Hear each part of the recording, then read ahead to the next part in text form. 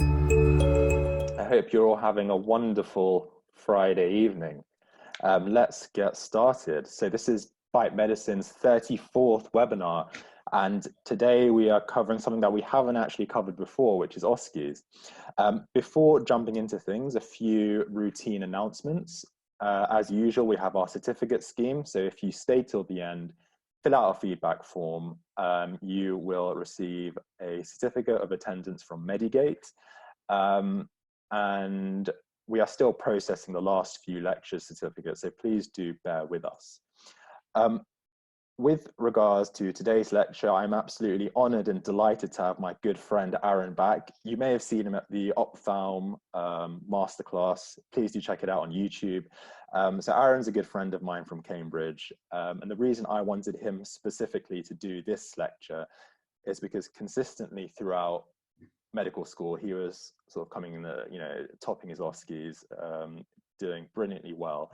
So he's the guy to give you advice on how to ace your OSCEs and give you those tips and techniques. I have a few credentials here to read off, and there's a long list of them, so I've only picked out a few. But Aaron, I think he came in the top few, or even if not the top mark for his finals OSCEs. He ranked number 3 in his ST1 ophthalmology applications. No, we do. And we ranked number 5 in the Duke Elder examination. So if you have any questions with regards to OSCEs or ophthalmology, please do fire them at him. And he's also started a new Instagram channel and YouTube page. So please do give him a follow. I will post his handle in the chat. But yeah, without further ado, Aaron, if you want to take it away. Fine. Thanks a lot.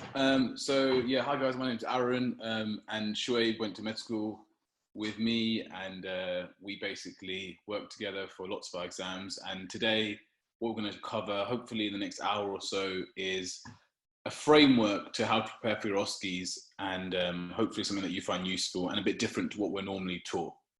So the structure of this talk is based around people who've started looking at kind of their clinical examination, so more kind of past second year, but hopefully even if you're in the preclinical phase, you do find this a little bit useful. We're going to talk about, when I say the OSCEs, in particular your examination station. So what I mean by that is your cardiovascular, your respiratory, your thyroid, your breast examination, how those work, how I prepared for my stations and my finals, and this worked for me, and I managed to do really well. I came top in Cambridge in my final year OSCEs, and that isn't because I worked really, really hard. It's because of the way I worked. I think I attribute it fully to kind of work with my friends on this approach. And then we'll kind of go through some cases, so hopefully you find it useful. And I think that will be the most useful part. So I'll try and kind of whiz through the start. Questions I will try and take, I'm happy to stay back at the end, and I'll try answer a few throughout. So let's get started. So I think if we think about OSCEs or our clinical examination station, they involve 3 different parts. Number 1, performing your examination routine.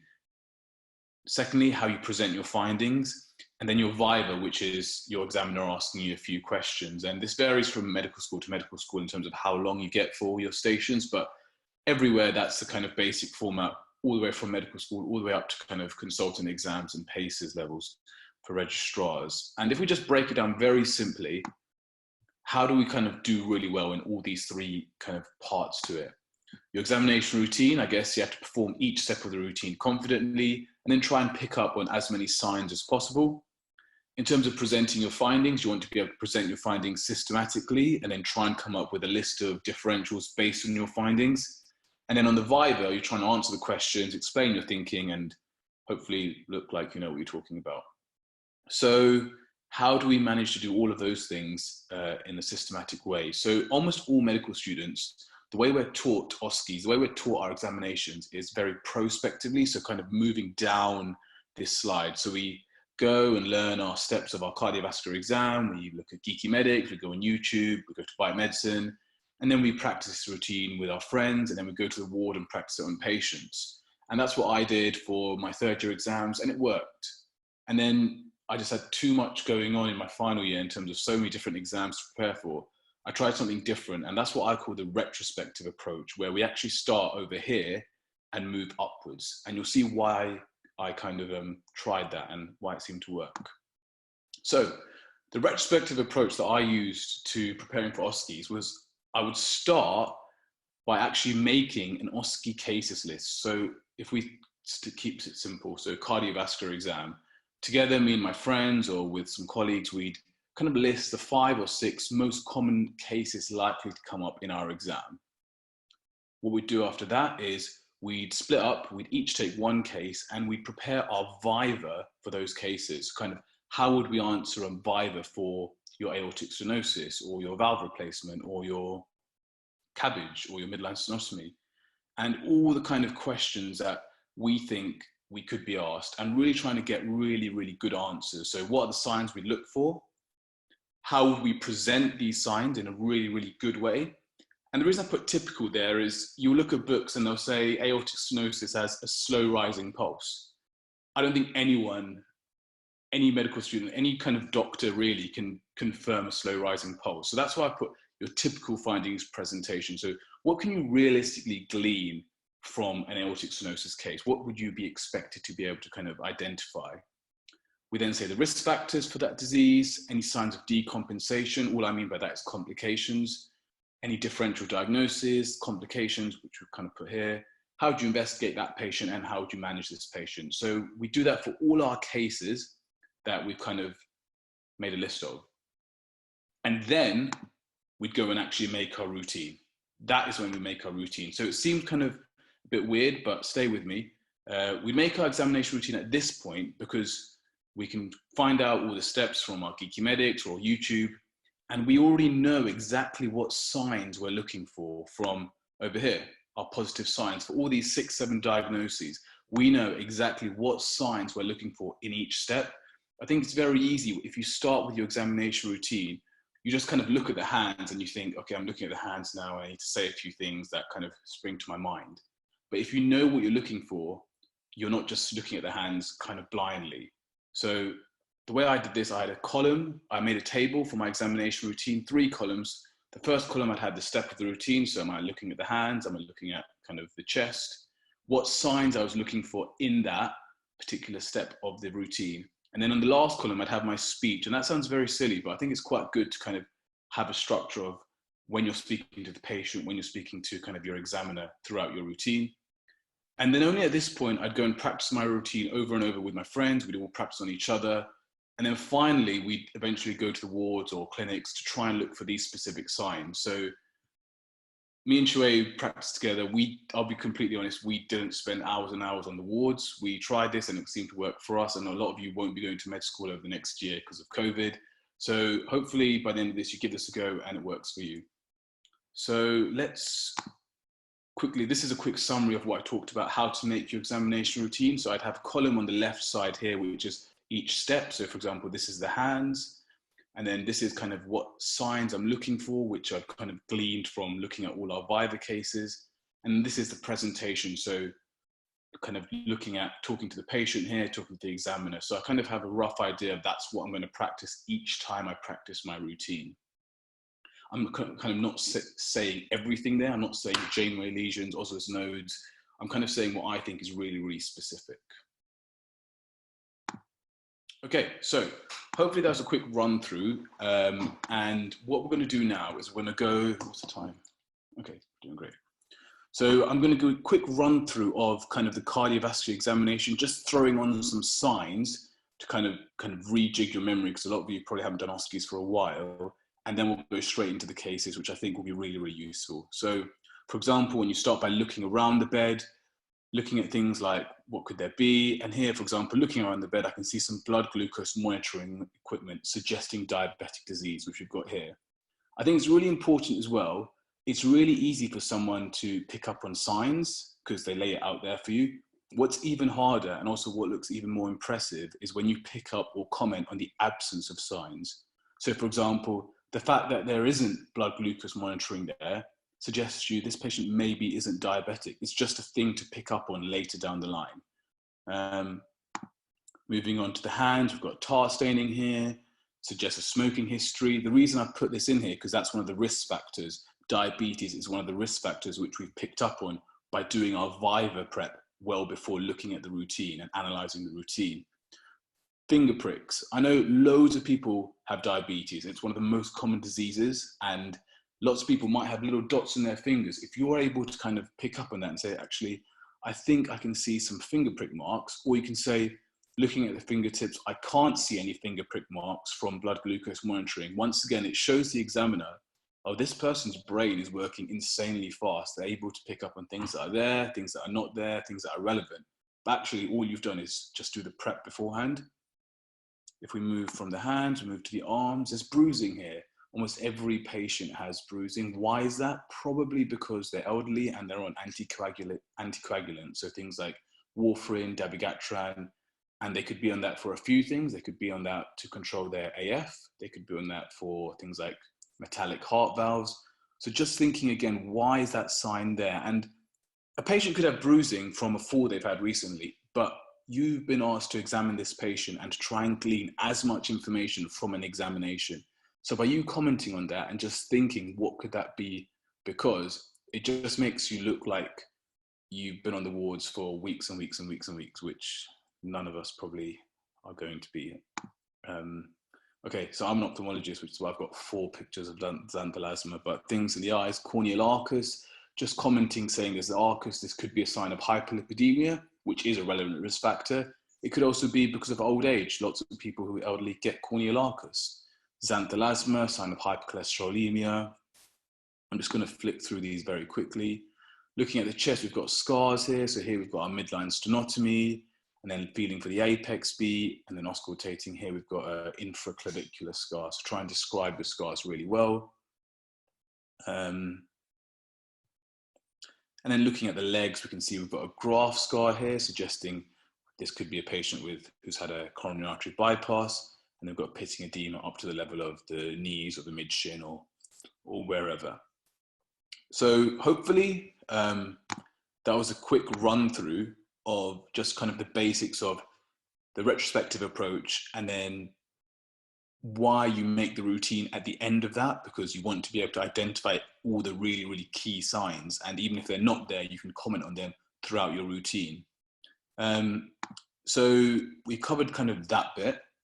What we're going to do now is hopefully cardiovascular and respiratory. We're going to show you kind of a typical OSCE cases list, and then go through some cases, and hopefully you find it useful. So,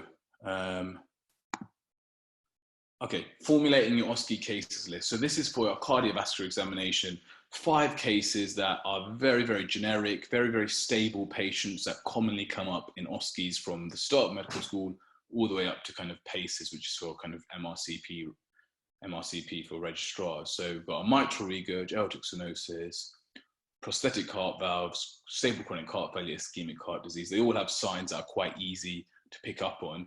Most of us will hopefully be able to pick up on those signs, but to do really well, I think you need to be able to present that information really, really systematically.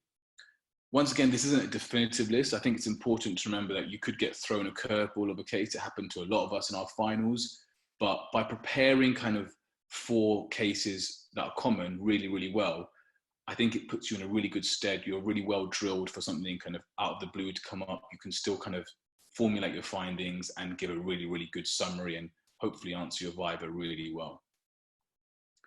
Okay, so presenting your findings, quick kind of what I did, it always worked for me. I kind of stuck with this. I started with this introductory sentence. So I performed a cardiovascular examination on this patient who has signs of mitral regurg. So when I was in 3rd year, I didn't have this who has signs of mitral regurg. I just said, I did my cardiovascular exam. I listed all my findings. And then the first question you always get asked 99% of the time is, so what's your most likely diagnosis? And I'd sit there like, because I've listed these findings, but I haven't just had time to process this all. I've just listed and I'm trying to remember the findings. Whereas what I've told myself from now is, if I have an idea, I'm going to back myself and commit to it from the start, because it means that I don't have to do all the thinking while listing all these signs. So if I have an idea, I try and say something at the start as a query diagnosis. And usually you know if you're right, because the examiner kind of goes, okay, fine, I'm going to listen to this person now. They seem to know what they're talking about. So I performed a cardiovascular exam on this patient who has signs of this. This is where you list all the findings that you've kind of got from your examination and your relevant negative findings. We'll talk about exactly what a relevant negative finding is, but it's basically those things we prepped before. Are there any signs of risk factors of this disease? Signs that there's decompensation or complications, and then any possible associated features. And while this sounds very fancy, this is all very, very generic stuff. So, for example, your cardiovascular relevant negative findings are usually your cardiovascular negative findings for every single case that you could get in your cardiovascular examination. So you just kind of have to have one for cardiovascular, one for respiratory, one for abdominal that you kind of can list off, and it kind of fills that part of your examination routine really, really nicely. And then a quick summary sentence, which is, overall, I think this patient has mitral regurg with no signs of decompensation. Most likely your patients are not going to be on oxygen, not going to be kind of unwell. They're very stable patients. So it's just nice to kind of be able to comment on that. Okay, so I know that was quite fast. We whizzed through that, but hopefully now we can see that kind of put into practice. So we're going to go through some cases. We're going to start with cardiovascular. These are your findings. So there's nothing peripherally. And then central findings, I'll let you have a look at that. I'm going to try play this murmur. I think it should work. Just adjust your volume because I think it starts off very loud. Oh, sorry.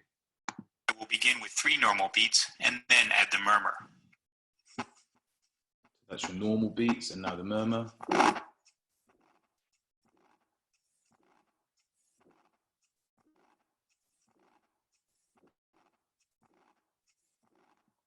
Okay, so if you did hear that, great. If not, that's absolutely fine. Just have a look at this. So we have listened to the chest. We've got an ejection systolic murmur, which is loudest at the aortic region. It's exacerbated on the patient sitting forward on held expiration, and there's radiation to the carotids. So just have a think what this could be, and we'll have a look at some questions, and then we'll go into kind of the viva side of it. So this is the first question.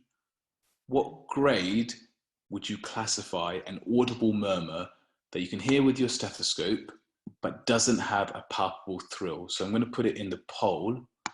So what grade would you classify an audible murmur that you can hear with your stethoscope, but doesn't have a palpable thrill? Got grade 1, 2, 3, 4, 5.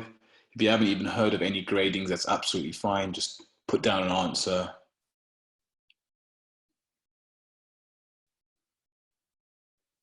Okay, give it about 5 more seconds.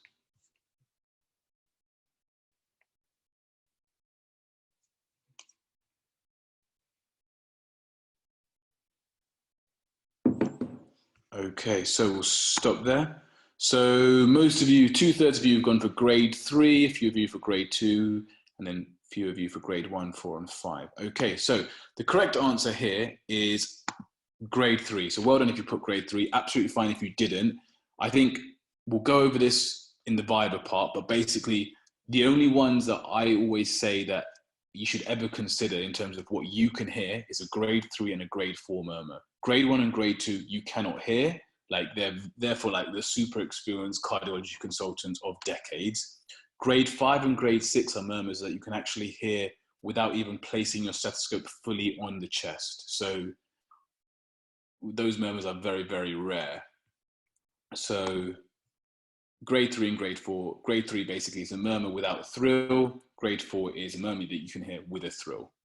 Okay, so now we're going to present our findings. So we'll have a quick look at the case very quickly again. So we've got nothing peripherally, and then we've got this murmur that we're thinking is aortic stenosis. How do we present these findings really well? Because most of you will pick up that this is an aortic stenosis. So we've seen the structure already. This is my kind of model presentation that we made as a group of friends for aortic stenosis based on all that viva prep that we've done. So we start off with our introductory sentence. I performed a cardiovascular examination on this patient who has signs suggestive of aortic stenosis. So you're trying to commit to something. If you get a really weird sign from the examiner right at the get-go, then maybe you're wrong. But I think it's I think it's good to try to, if you have a strong idea. My main positive findings are on auscultation, I could hear normal first and second heart sounds with a systolic murmur between S1 and S2. And here you describe the murmur. So you've got the systolic murmur was an ejection systolic murmur. It was loudest over the aortic region and augmented on end expiration with the patient sitting forward. And there was radiation to the carotids. So that's our positive findings. Now we're going to the relevant negatives. So my relevant negative findings, and remember, these are very generic for any cardiovascular case. So I could not find any signs of vascular risk factors, such as nicotine staining. You could also add in there kind of finger prick marks from diabetes. There was no peripheral stigmata of infective endocarditis. There were no scars to suggest coronary artery bypass or valve replacement. And I could see no signs of decompensation, such as peripheral or pulmonary edema. And these are all very generic things that you can just reel them off for any cardiovascular case, and they should be relevant. And then you summarize. So this points towards a diagnosis of grade 3. So there's no thrill here, so it can't be grade 4. We're going to go for grade 3 aortic stenosis with no evidence of decompensation. I think that's a really good summary there. You've kind of gone over the diagnosis, you've gone over the positive and negative findings. So next, what else could they ask you? What are your differentials? So we've already said aortic stenosis is one of them.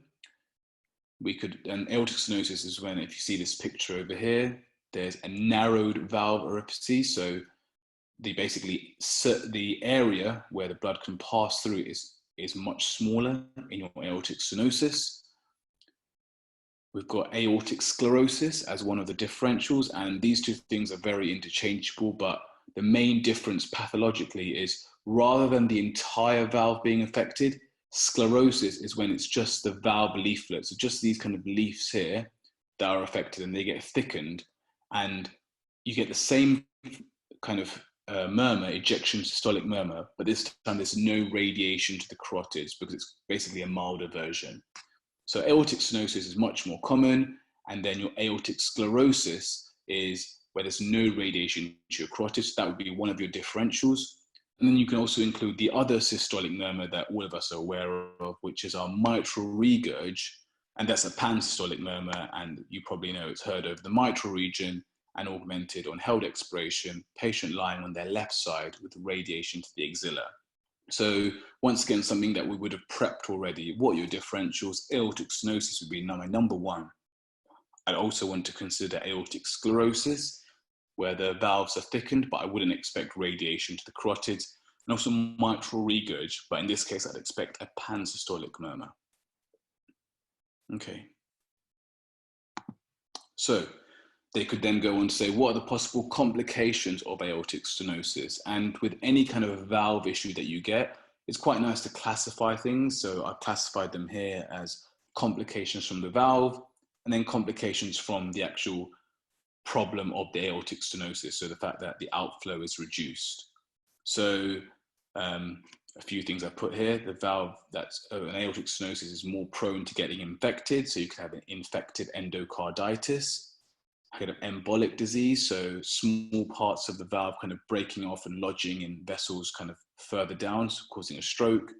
And you can get hemolytic anemia. So that's when kind of red blood cells go through a very narrow kind of sharp edged valve and kind of get broken up. So lysis means destroy, heme means red blood cells. So red blood cells kind of getting destroyed. And the good thing about vivas is you don't need to they're not like MCQs where you have to say the correct answer. You could say one of these and you would still look really, really good. You could say there's possible complications, could be complications of the valve, such as infective endocarditis, or complications as a result of impaired outflow, such as left ventricular failure. And you've given a really good viva answer. And I'm just giving you quite a few here, so hopefully you remember a few, but you don't need to remember all of this for your exam. Okay. How would you investigate this patient? So the classic kind of way to tackle any investigation question is to divide it into 4 simple things: bedside, bloods, imaging, and then special tests. And if you throw in one of those each, you'll be doing absolutely fine. We've got a few things here. Once again, this is kind of a very generic kind of way to answer a question. So you could use this for any cardiovascular case. So bedside tests, I want to do some basic obs, such as heart rate and blood pressure to check this patient is hemodynamically stable. I'd want to do a urine dip to check they haven't got signs of infective endocarditis or check for signs of diabetes. I'd want to do an ECG to check if there's signs of left ventricular strain. So that would be things like a left bundle branch block. I then want to do some blood tests. So I'd want to do an FBC to check there's no signs of hemolytic anemia, one of the complications we've already talked about. Inflammatory markers to check once again for infective endocarditis. So all of this is kind of tying in, which is why I think it's really good to actually do your viva prep first before you look at your routine. Then how would you investigate this patient onto imaging?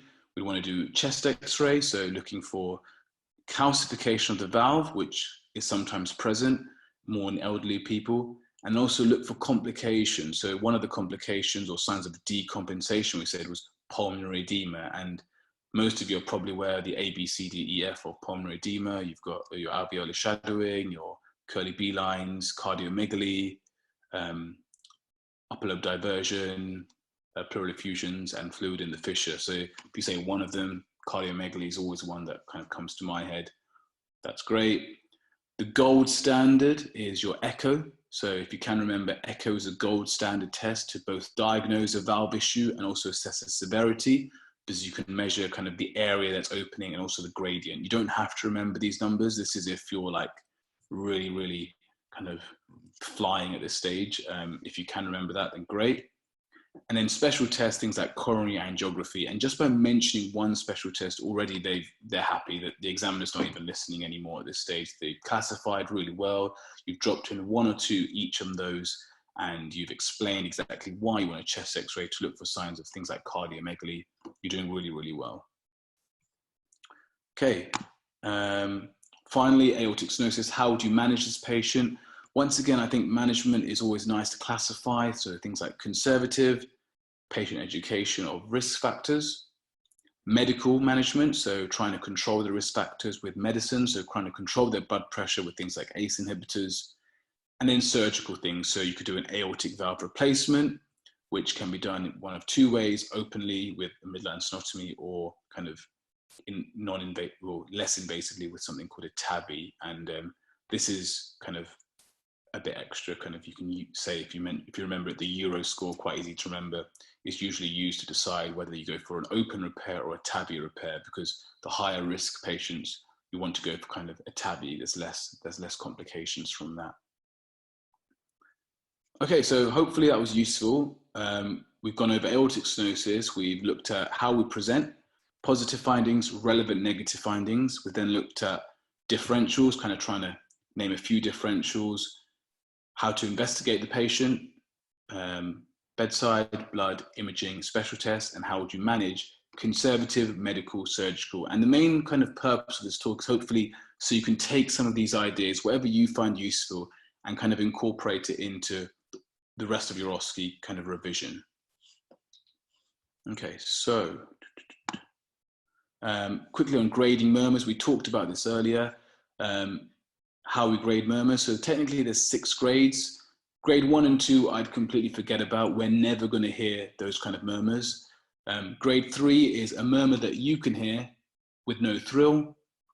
So that's what we had in this case. Grade 4 is when we've got quite a loud murmur, which we can hear. I say loud because that's a technical definition. I think here it means if a medical student can hear, then we call it loud. So a loud murmur, or a murmur that we can hear, that we can feel a thrill when we place our hands over that particular region.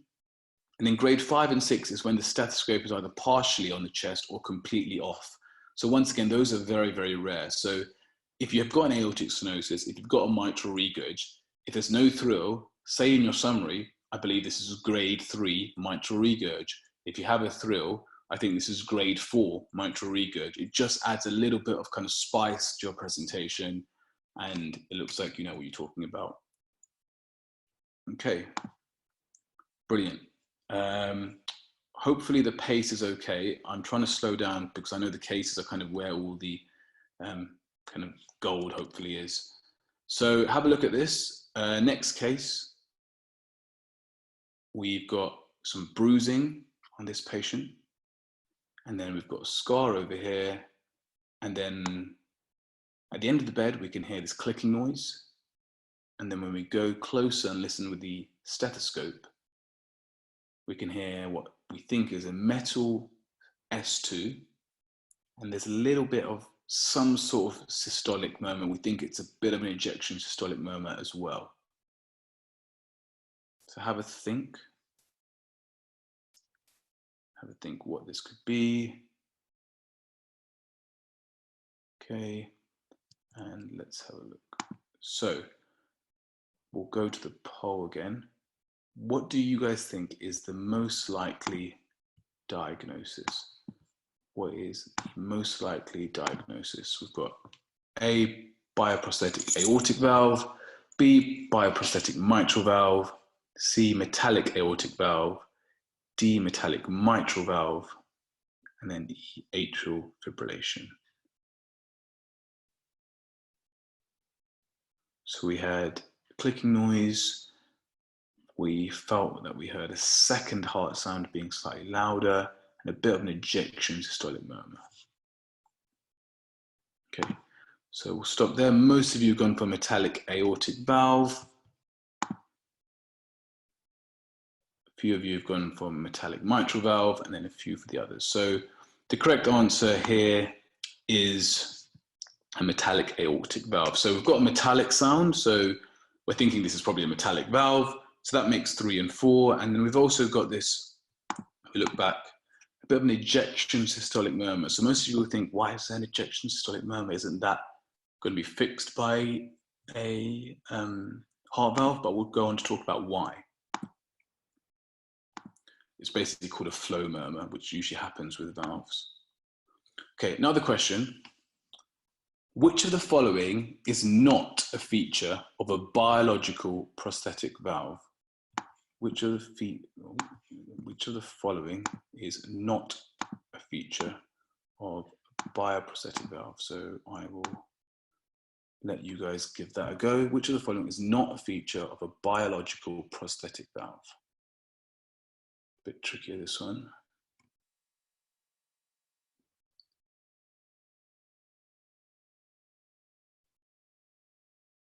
Try and eliminate some of the options if you're not sure.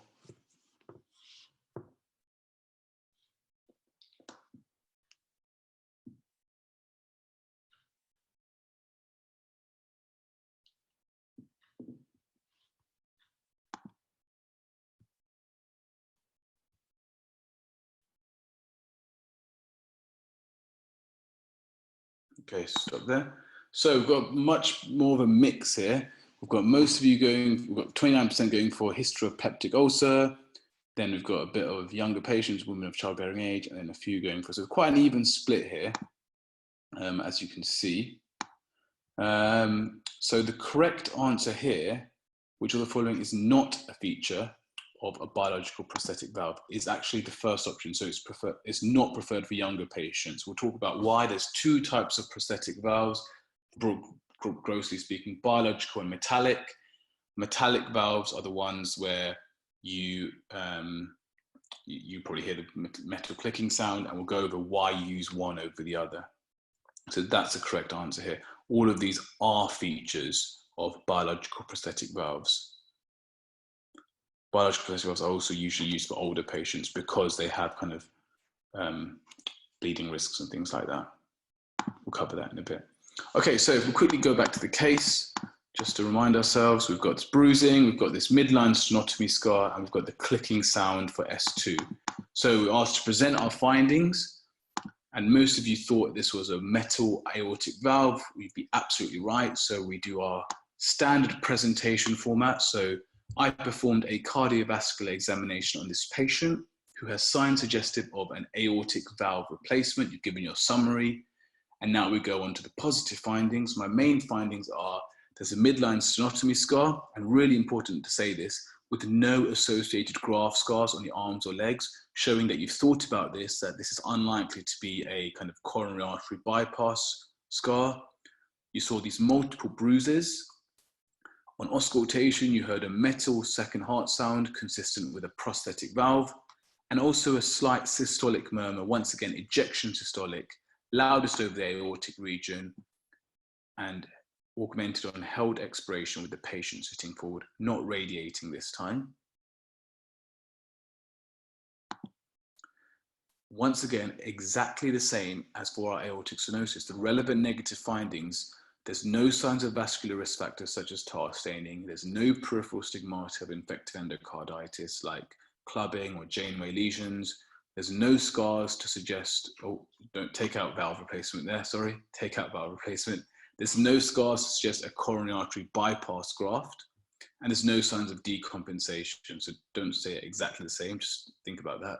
I've just copied and pasted that, as you can see, but no signs of decompensation such as pulmonary or peripheral edema. And in summary, so this points towards a metallic prosthetic aortic valve with a flow murmur. So almost all metal valves, almost all prosthetic valves, I should say, have a small murmur. So if you do hear something, it's probably 90% of the time a flow murmur. So be confident, call it a flow murmur.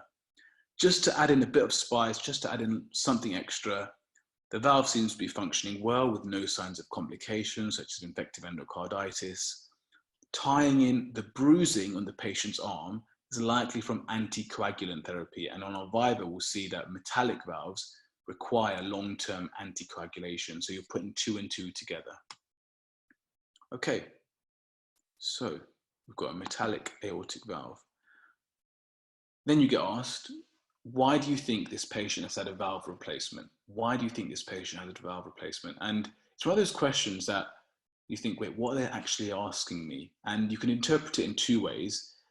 I think the best way is to kind of answer both aspects of it. So think, what are the indications? So why could they have been offered this valve replacement? And also, what are the factors when someone decides whether they go ahead with the valve replacement? So indications for an aortic valve replacement, as you can imagine, are quite bad aortic stenosis, quite bad aortic regurg, and an infective valve. Very simply, here we go. Severe aortic stenosis, if they're symptomatic. Acute aortic regurg, that's usually happens kind of secondary to an aortic dissection. And an infective endocarditis that isn't responding to typical IV antibiotics. So that's fairly straightforward there. It's just kind of saying that confidently is different to knowing it. So the indications are severe aortic stenosis, severe or acute aortic regurg, or quite a severe infection. And also what you could add in is there are various factors to consider when deciding on a valve replacement. So, and you could say these 3. So the severity of the valve dysfunction. If you remember back to our last investigation kind of question, we talked about how an echo is used to both diagnose and grade the severity. So we could talk about how we would use an echo to potentially measure the gradient across the valve. We could look for any signs of decompensation, which we're already aware of, pulmonary edema or peripheral edema, and also patient choice, obviously, whenever you go for a surgery. So such a kind of vague question can also be classified nicely in 2 kind of ways. Okay, so now we go on to what are the complications of a prosthetic valve. A really nice mnemonic that kind of I learned when I was in med school was POSH plus valve failure. So that's relevant for kind of any valve replacement. So POSH, P for paravalvular leak. So that's if the base of the valve becomes free. You just need to mention paravalvular leak and already you've kind of impressed them. The valve can become obstructed, so by thrombus. It can become infected, so the S would be subacute bacterial infective endocarditis, where if you can remember these organisms, probably more important for your MCQs. Early would be from the skin, so staph epidermidis. Late kind of signs would be more strep viridans. And then hemolysis, so this is where we talked about where the blood cells kind of get damaged as they go through a valve and then kind of burst and get our hemolysis. So that's our POSH, paravalvular leak, obstruction of the valve, subacute bacterial endocarditis, and hemolysis. And then valve failure is just the valve not working well. So for example, it stops working or it becomes calcified over time. So those are your complications of your prosthetic valve. Once again, kind of trying to classify as much as you can. And then now this is on to like the extra, which none of us remembered for our finals, but we tried to remember it. But if you do get a case and you manage to talk about this, you know you can go into the next station absolutely buzzing. If they ask you about different types of prosthetic valves, so broadly we talked about metallic, so the mechanical valves, and also the kind of biological valves. And these are just some examples of these. I think if you can remember those, great. More importantly are these features here. So for metallic valves, they have a longer lifespan, so that's why they're preferred normally, but they do require anticoagulation. So your warfarin, your dabigatran, so that patient's probably going to have bruising. They bruise really, really easily. Whereas your kind of biological valves, which are kind of usually from pigs, they're less durable, so they have a lower lifespan, and they don't require anticoagulation. So you'd use those more for older patients who are at risk of falls, and people with high bleeding risk like peptic ulcers. So that's why that's what the MCQ was about earlier. If you can remember some of these names, then great. But that column is the big one to try and remember. Okay, once again, trying to classify. Okay, so we've covered aortic stenosis and valve replacements. Just looking at the time, I think we should be okay to go over the rest of the cases. So cardiovascular exam, case 3. So over here on periphery, we've got 2 signs. We've got some edema here, and we've got some dots, which we've seen are probably from blood glucose monitoring. And then over here centrally, we've got quite a few things. We've once again got a midline stenotomy. We've got this graft scar, and then we've got something interesting here on the neck. So very quickly, I'm just going to ask in the chat, does anyone know what this scar is? If you don't have a guess what you think, just put it in the chat quickly. If anyone knows. Oh, brilliant. So a few of you have got it. Yeah. So it's a carotid endarterectomy scar. Really good. So it's used to kind of clean out a carotid valve, a carotid nerve, not nerve, a carotid artery that's really clogged up, usually about 80%. You kind of put a scar and you kind of clear out all the cholesterol, plaques and things like that. So if you see that, then great. Okay, so we'll try and go through this one as quickly as possible. I performed a cardiovascular examination on this patient, and the diagnosis here is technically a CABG. So on this patient who has signs of a coronary artery bypass, that is the overall diagnosis. You could get thrown by that scar on the neck, but work with what you know and what you're aware about. Our main positive findings are midline stenotomy scar with an associated graft scar on the left leg, indicating a coronary artery bypass graft.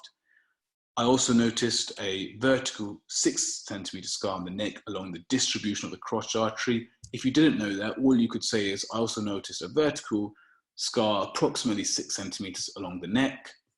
I noticed some finger pricks from likely blood glucose monitoring and some bilateral pitting edema up to the mid-shin. So once again, putting your positive findings. Your negative findings, there's no signs of vascular risk factors, such as nicotine staining or tendon xanthomata, normal heart sounds, no added sounds or murmurs, and no peripheral stigmata of infective endocarditis. So here we've taken out the no signs of decompensation because we do have a little bit of peripheral edema, and we've also taken out this thing about scars. So your summary, this points towards coronary artery disease. All of this is globally known as just coronary artery disease, with a coronary artery bypass graft and a likely carotid endarterectomy. So you're picking up on all of those signs and classifying or diagnosing this patient as overall having coronary artery disease. Okay, they then say, so what are the risk factors for coronary artery disease? All of you know these risk factors, but once again, try your best. Risk factors, a good way to classify is modifiable and non-modifiable. So we've got our smoking, diabetes and blood pressure, non-modifiable things, age, gender, family history. All these slides are available on the Biomedicine website, which is why I'm trying to get through as many cases as possible. And then I put this question in because I got asked this in my final years, and I tripped up on this because they asked me, so what is a coronary artery bypass graft? And I was like, it's the midline stenotomy and then the thing on the leg. Well, that's not what they're looking for. What they're looking for is what actually is it? What actually goes on in the heart? And it's very straightforward. It's a bypass. So you take a healthy vessel from somewhere else, such as a saphenous vein. Some people take the artery in the arm, and then you bypass a blocked portion of the coronary artery. And then this creates a new path of oxygenated blood to flow through the heart muscle. Fairly straightforward. That's all it is. You take a vessel, you go around this blockage, and if they ask you what is a coronary artery bypass, impress them. Answer kind of the second question, which is, what are the indications? When would you do that? And if you can remember any of these, left main stem disease, because that's the kind of biggest vessel in the heart. Think of it like the left side pumping blood everywhere. Triple vessel disease, where all three vessels are affected. And then angina not responding to medical therapy or unsuccessful PCI. So PCI is more commonly performed these days for unstable angina, but that doesn't have any signs. So your patients and your OSCEs are much more likely to have a cabbage. So just try and remember one or two of those. How do you investigate this patient? Literally the same thing that I'd put up for aortic stenosis. You could regurgitate with a few changes. That's all you need to do. Your bedside test, basic observations, my urine dip, my ECG. The only thing I've added in bloods is do a BNP. It's a nice kind of marker of heart failure, just something specific to throw in for coronary artery disease. Imaging, exactly the same. You're looking for the same complications. Your echo, this time you're assessing particularly the left ventricular ejection fraction rather than a valve. And special tests, you're going to look at the coronary circulation, coronary angiography, as we talked about with valve. So once again, once you've prepped a viva, it's very easy to kind of tackle any case you get thrown, because if you get a weird cardiology case, the investigations are almost always the same. Okay, so we've whizzed through 3 cases. I'm sorry if that felt a bit rushed. I think it would be as useful as possible to get through these cases to give you a flavor of how to present. So you've seen we make our routine as our last step. We make, and then we've got these viva cases kind of prepped already. So that's a summary of the retrospective approach. I think we've got time to hopefully go over 2 cases on respiratory. So we'll do the same kind of thing. This was kind of the cases that I prepared for my finals for my respiratory exam. So lobectomy, pneumonectomy, fibrosis, bronchiectasis, COPD. And in my exam, I ended up getting bronchiectasis. So let's go over 2 cases over here. So peripherally, we've got a respiratory rate of 20.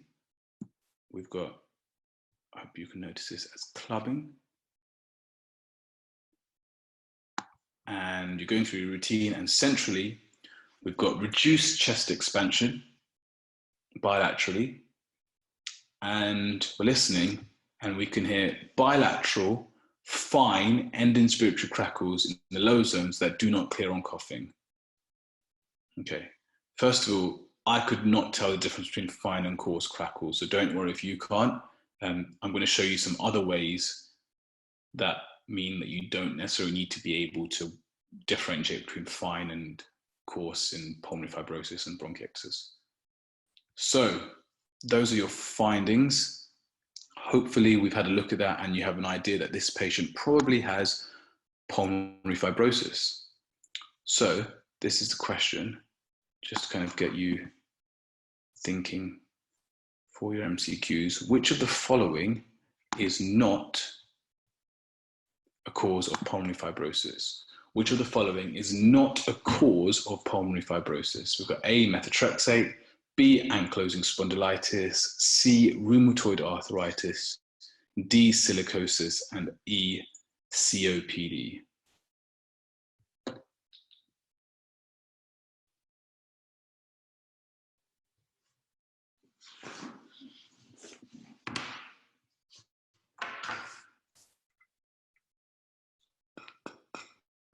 Okay, 10 more seconds.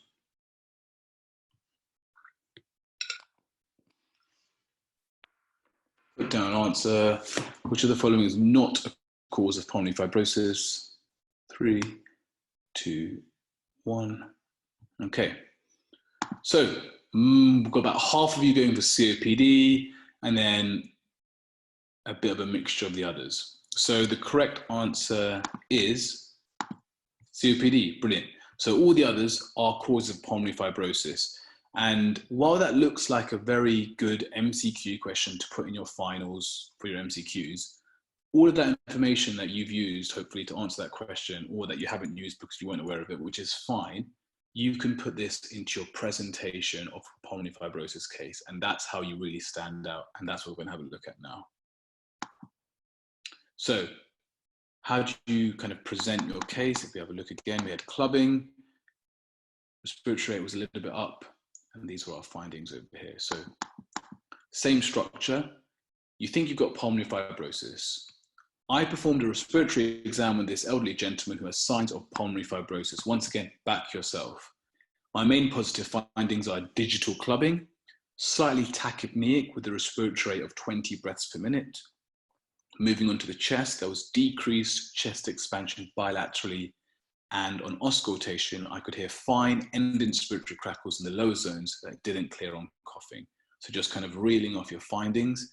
Now, obviously this will be different to what we put for cardiology. Now we talk to our relevant negative findings for respiratory. So really obvious, super, super obvious. All of you know that your patient isn't on oxygen, but say that. It looks like you're thinking like a doctor.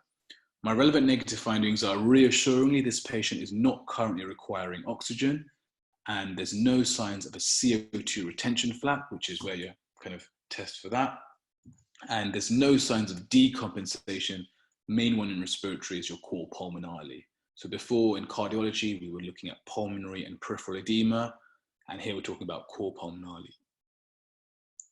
So this points towards a diagnosis of interstitial lung disease or pulmonary fibrosis. Okay, stop there. That would be a great presentation. But because you know that some things can cause pulmonary fibrosis, and you're aware of that, add in a little bit extra. You can say the absence of any obvious cause, such as rheumatological disease, for example, rheumatoid in the hands or any rash, plus given the patient's age, make the most likely diagnosis idiopathic pulmonary fibrosis. You've just gone even further by saying, I can't identify a specific cause for this, it's probably idiopathic. You might be wrong. This could be because of rheumatoid, this could be because of dermatomyositis, this could be because of steroids, but you've just shown the examiner, he's just thought one extra bit. He's really thinking. He's able to process all that information while picking up all these signs. So just try to throw in a few of those kind of extra things at the end. Okay, great. Now we go on to what are the possible causes of pulmonary fibrosis. You can classify this in lots of different ways.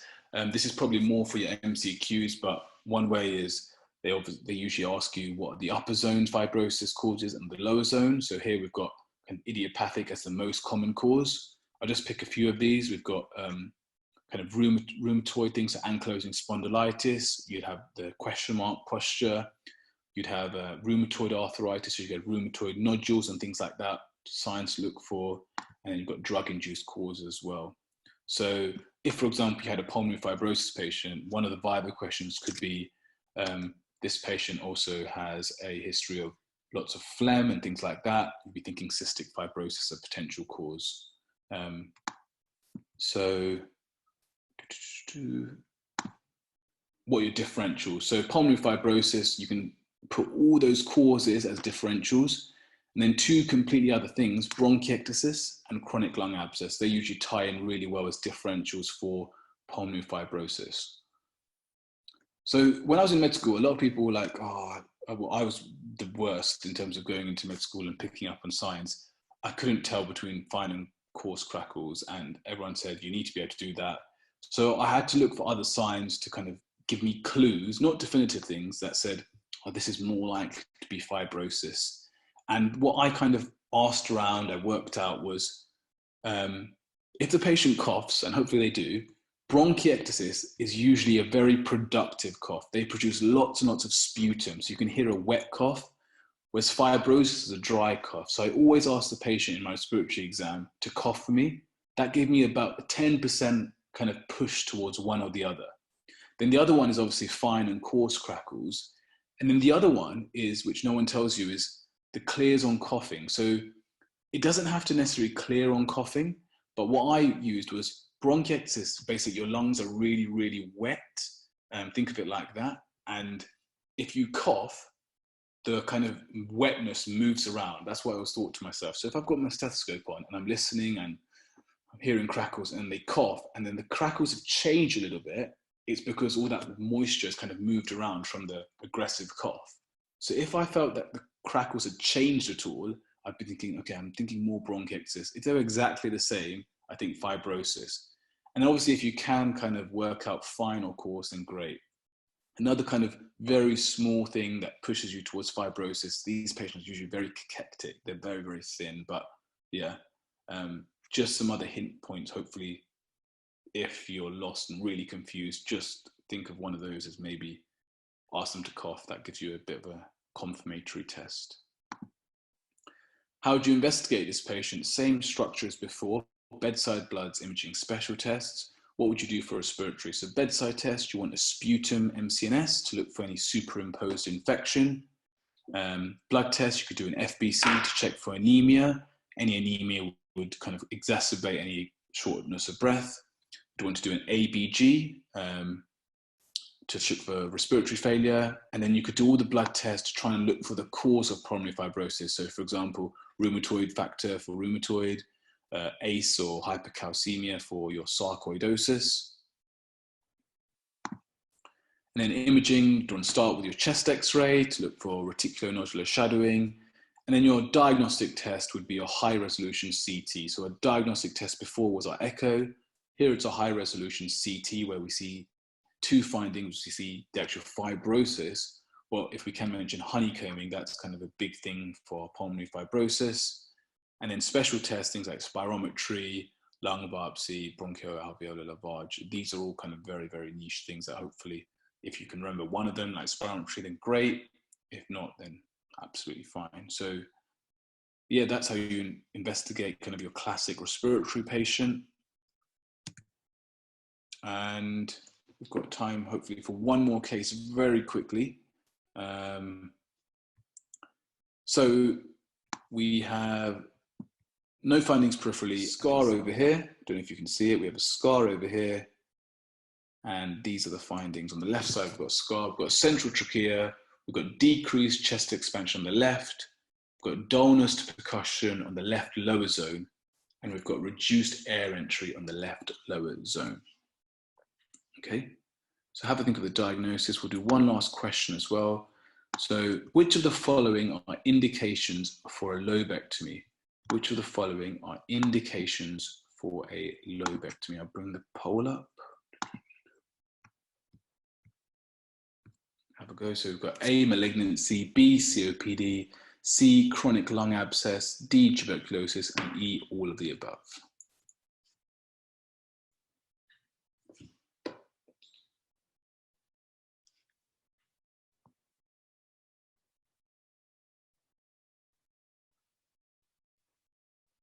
Okay, so we'll stop there. So we've got most of you going for all of the above, some of you going for malignancy, and then a few for the others.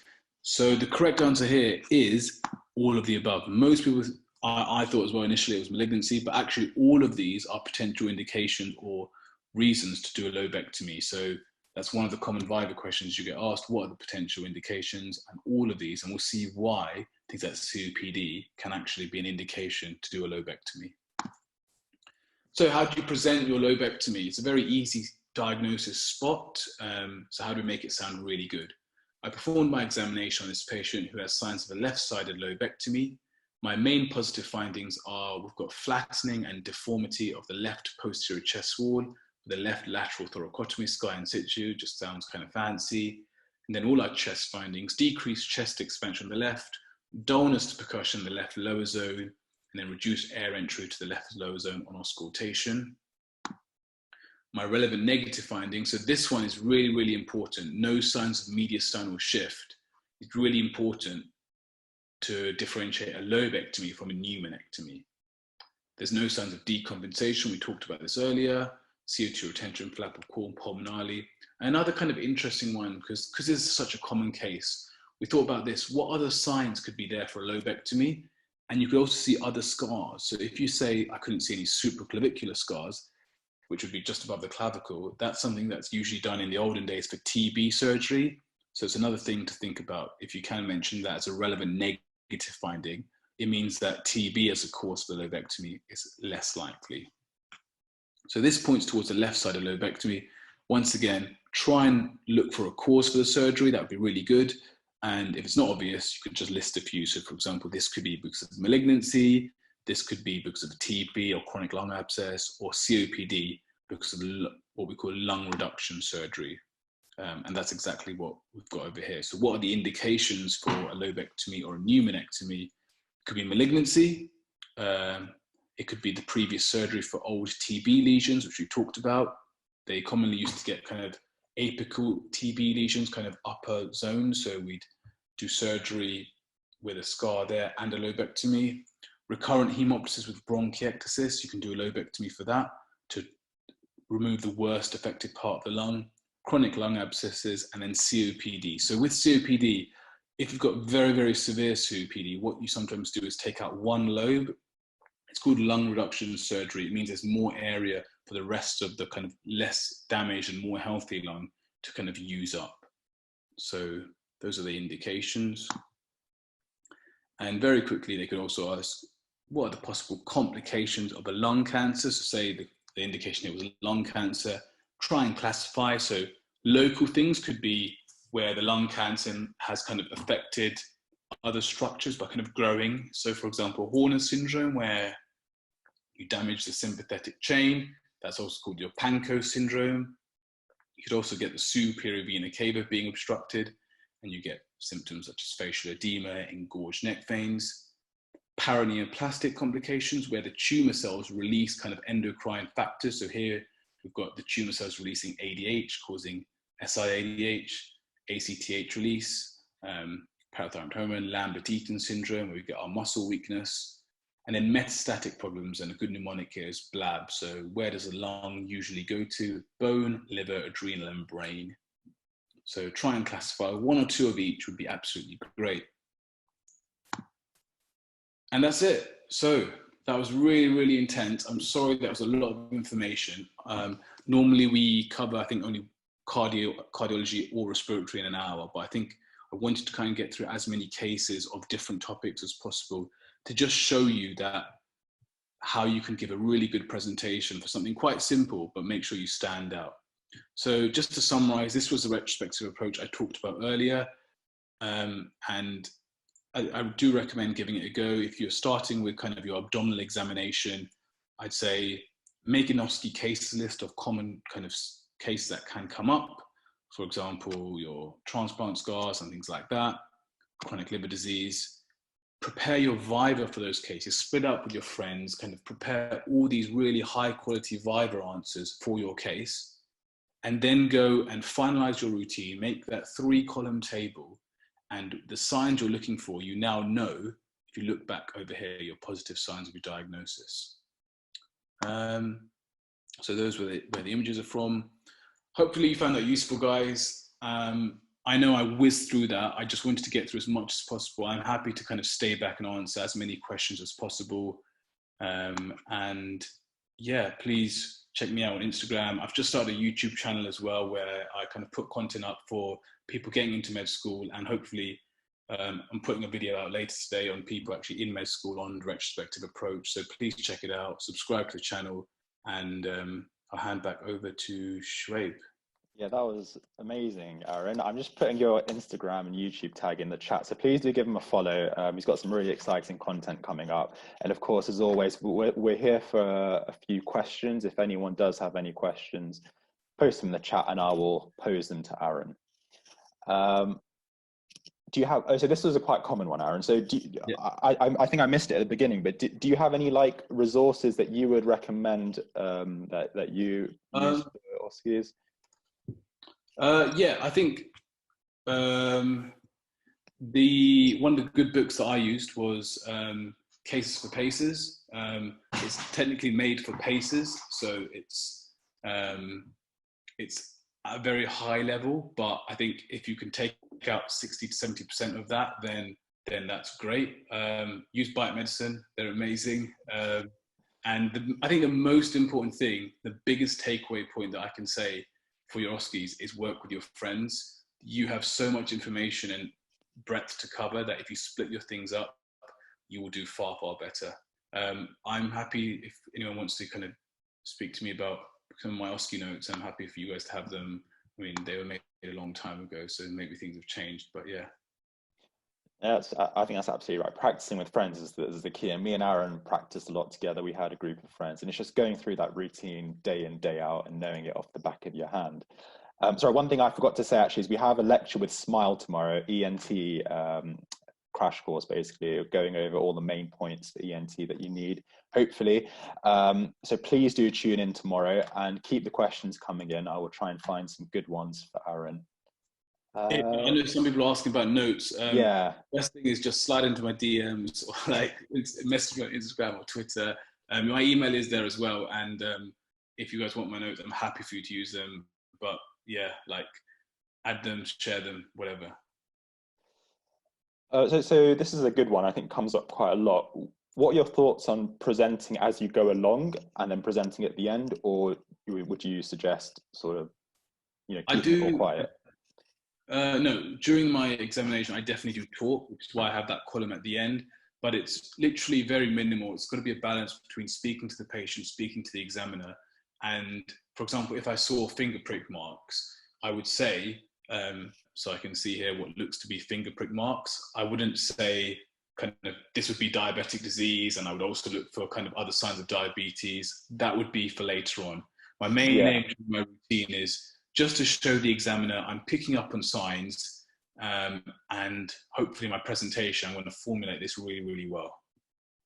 Yeah, I think that's what I used to do as well. It's just as you go along, mention the signs, but don't delve too much into them, and then go into things in a bit more detail at the end. Okay, so what's a good way to memorize the steps of a physical examination?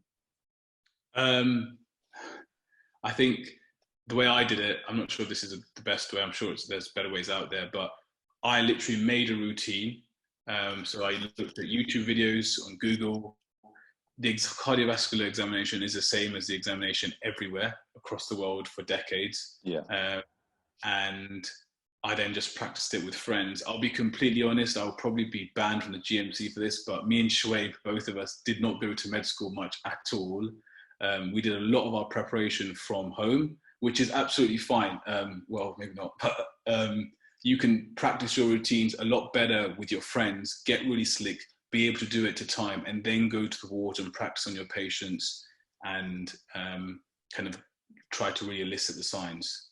Yeah, I think the key is, going to medical school, definitely, but you need to use your time productively. So go in, see the signs that you need to see, get the information that you need to extract, and then go practice with friends. I think that's what me and Aaron did quite well. And that's what I'd recommend to you all. It's still important to go in, see the signs, get used to seeing patients, but make sure that the main bulk of your revision is going to be done practicing with your mates, because it's actually quite hard to examine patients in hospital. They're generally pretty unwell. You can't get them to do the movements and things. So just do it with your friends to get the routine slick. The other thing is, one very quick thing. There was a lot of times that I'd go to the patient and I wouldn't do the full routine.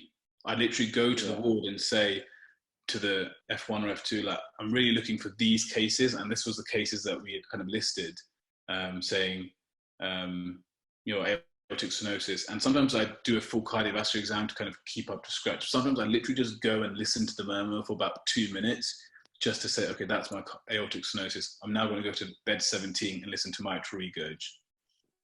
I think that's a good way of doing it, actually. Is just finding the signs, get like the 10 murmurs on the ward and go listen to them all.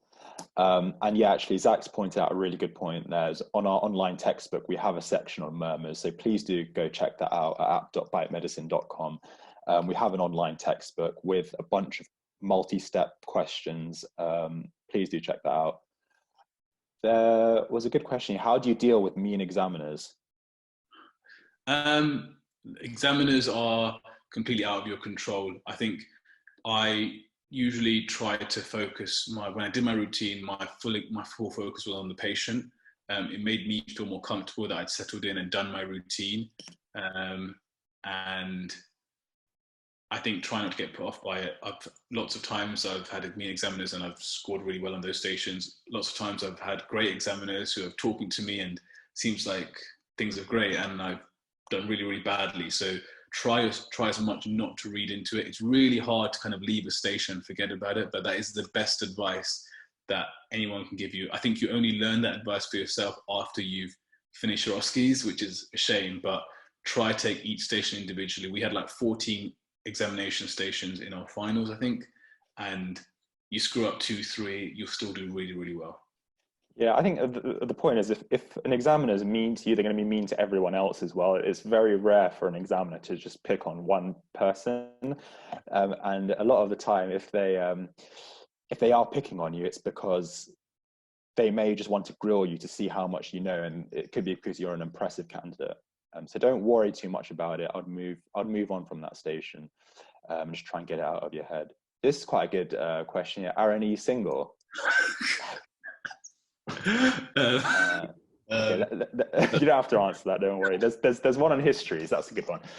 So you were quite good at the history stations, I remember. What's your technique for ICE and getting the patient's concerns? Where would you put that, and how would you structure your history? So histories are definitely, it's like how I talked about the retrospective approach.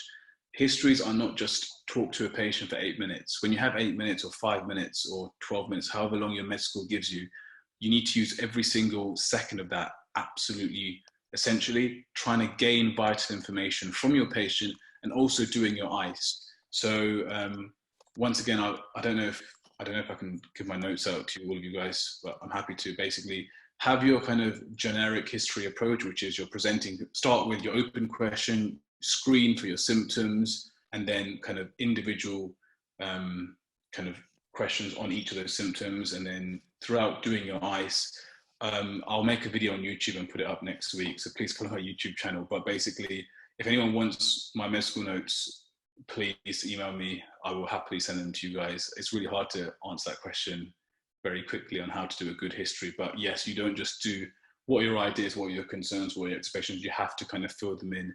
And more importantly, pick up on cues. The patients in your OSCEs are all actors, so they are saying things with a meaning to them. If they pause, if they're not kind of giving you the information, is there a reason why I asked them? Is everything okay? I can see you look quite uneasy. And then all the information starts coming. Okay, let's start wrapping it up there. But just to sort of conclude, I think that was a brilliant session, Aaron. It's really important to practice with your friends, go through the structure.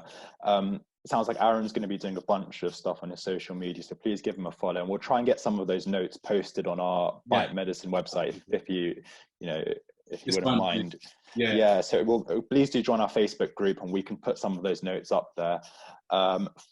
Go check out our online textbook and questions or app.biomedicine.com. There's tons of information which will be relatable to you guys. And stay tuned for our lecture tomorrow, which we're doing with Smile. And that will be on ENT Made Simple.